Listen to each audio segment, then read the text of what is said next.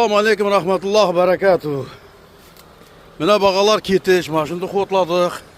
Mene bağlar tüzməsini qurmaq ketib paradı görməkə. Palatkimiz. Mene min yaxın yerdə mən. Həstə varamız mene.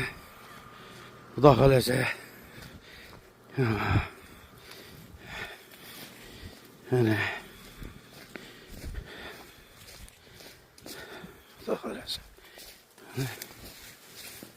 Yatırımız. Bismillahirrahmanirrahim.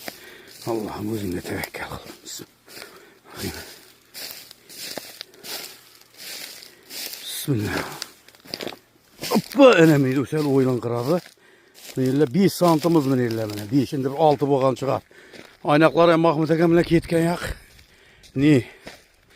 10 santı var. 10-12 santı. Bir yerler 5 santı, bir yerler 4 santı. Çıkırdıydan bana. Hiç tutturamaz abi. Nasıl? Karmaklarda ciyip deyip kurup gittim yakın etip beni.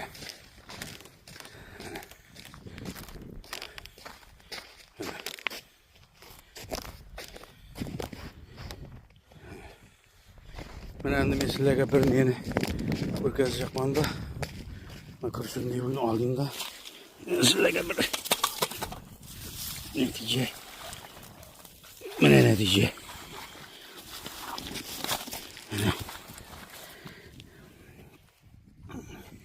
nasıl azan ululu mene bu nasıl azan mene normalni başında ululu azalla bir ekler mene hani oladı yani yaxşı mene rezultat hani zigzag hani öyle darya deyip amaytadı bana mene mene illa yılı yeri var da bu karaptın mene illa yılı mene gözüne karab yöresizler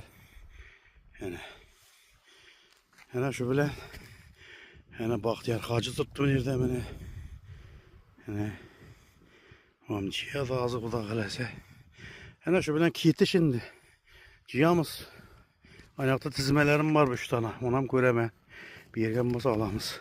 Esselamu Aleyküm Rahmetullah Berekatuhu.